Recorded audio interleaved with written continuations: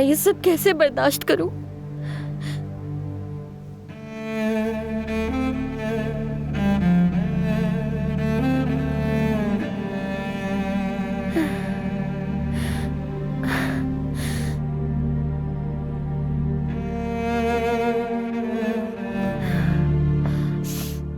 ज़मरुद आपा, सुहा, तुम रो रही हो? नहीं तो देखिए, मैं तो नहीं रो रही हूँ।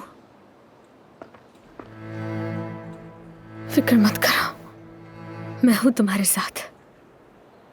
सब ठीक हो जाएगा।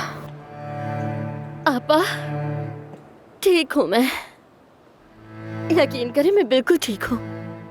मुझे किसी बात की फिक्र नहीं। मैं ठीक हूँ।